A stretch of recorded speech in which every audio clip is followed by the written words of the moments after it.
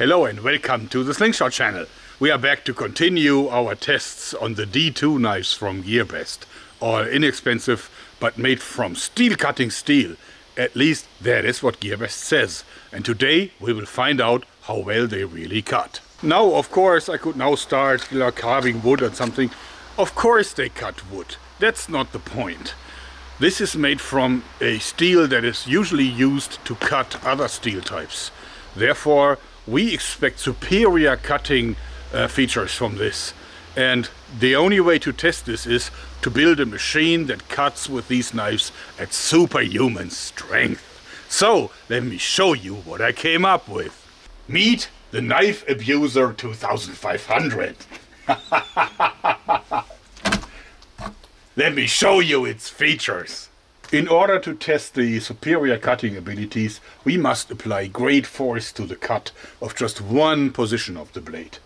Because of course you can use this for years probably to carve wood and other stuff with it.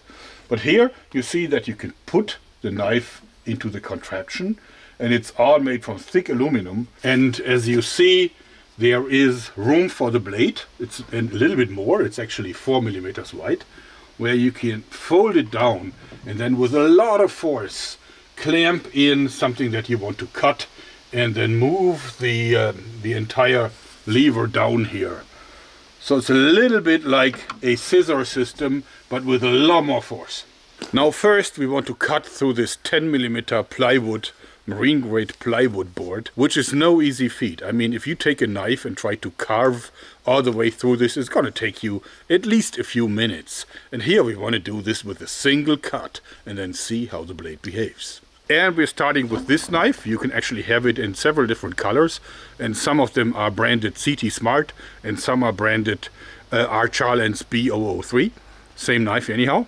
Beautifully shaped.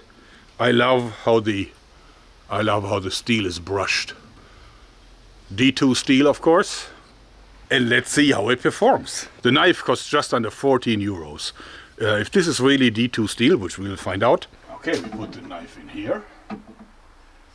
And then we bring down this here. And we're starting at this spot. And now I will have to push from both sides, otherwise I would squeeze the entire contraption out of the system. That was super easy. Look at that cut. And the blade is pristine, of course. Next one is a Fura gear. D2 steel, of course. Beautifully shaped. Titanium handles. Under 29 euros with a titanium handle. I put it in here and sack, cut. Yeah, this is easy. This one is next, and actually it is an interesting knife because it is shaped like a famous Pachenko design, but on the other hand it is fully compatible with German law, since it is a one-hand opener but it doesn't lock. And in Germany it has to do both. It has to automatically lock and be a one-hand opener to be illegal to carry. I mean, you can own these knives but you can't carry them. But this one you can. Okay. This is shaped a little different, so let's see if we can get this to work right. And yeah, but it still cuts.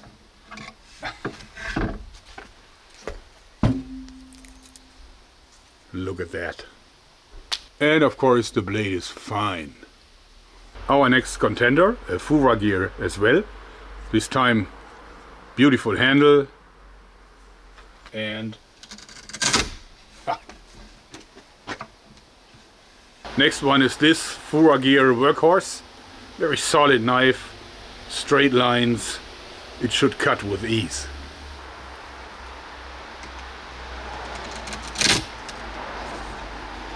Sure does.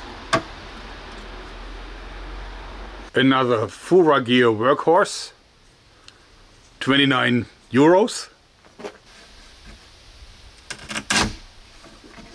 Like a guillotine.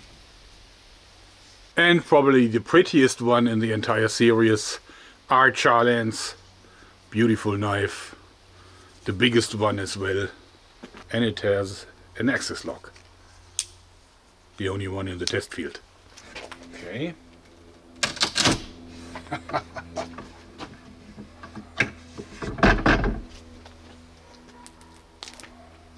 And now we are switching gears, because now we're cutting metal, aluminum. See this 3mm aluminum board, and of course these knives can cut aluminum. Of course they can. But you know, under normal circumstances it will take you a long time to cut through this. We want to cut through these pieces with just one motion. Bing!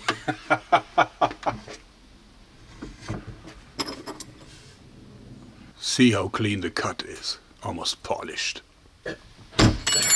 Okay.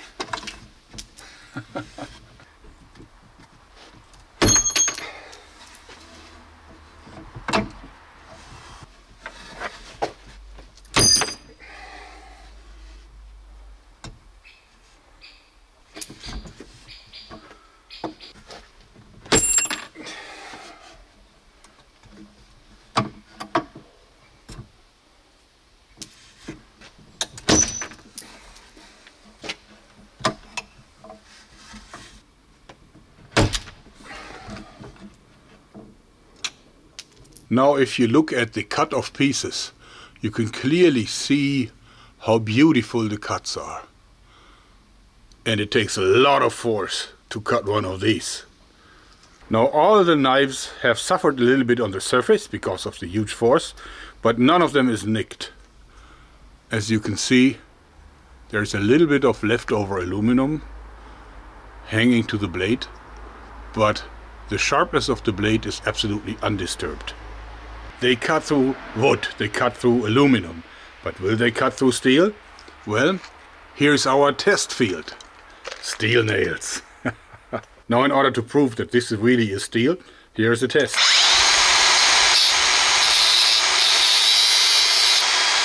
Steel, clearly. I've made a hole into the contraption so that the nail cannot escape.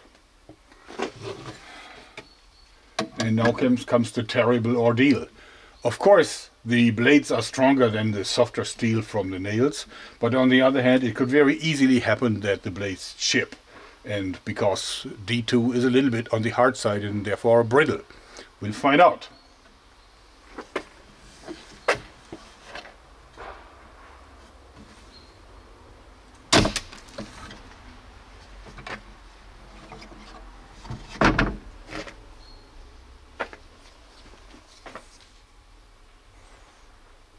No damage.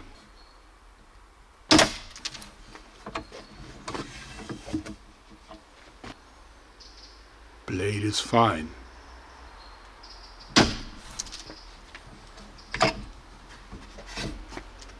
This one got a little nick. Nothing that is beyond repair. But it is probably a little bit on the sharp side.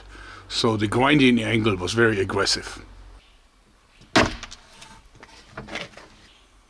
No damage.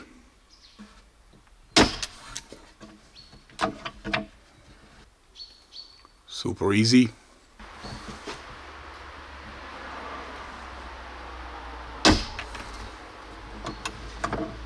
Perfect.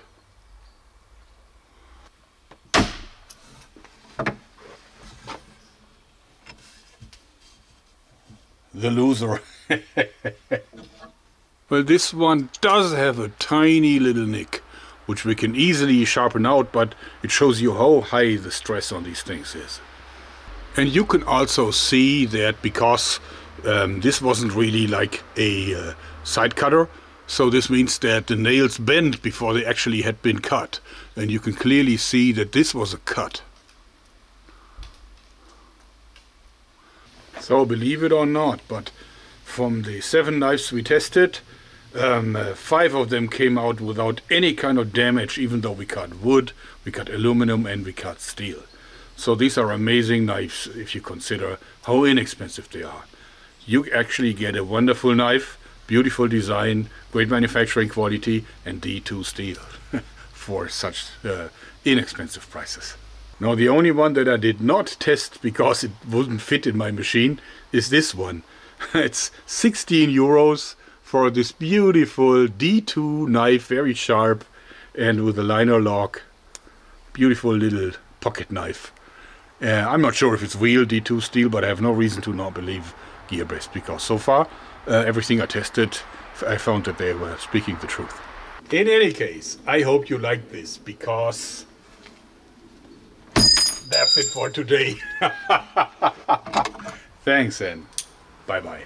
Small little update regarding my souped up Cobra R9 machine pistol assault crossbow.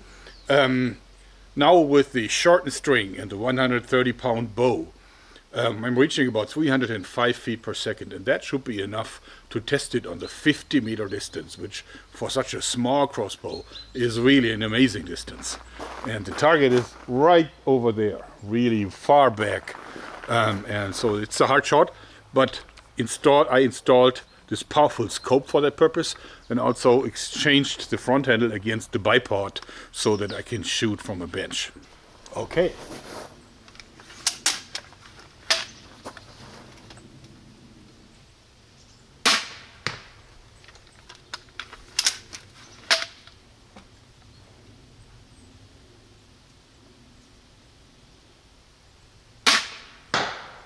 Oh, that didn't hit the target.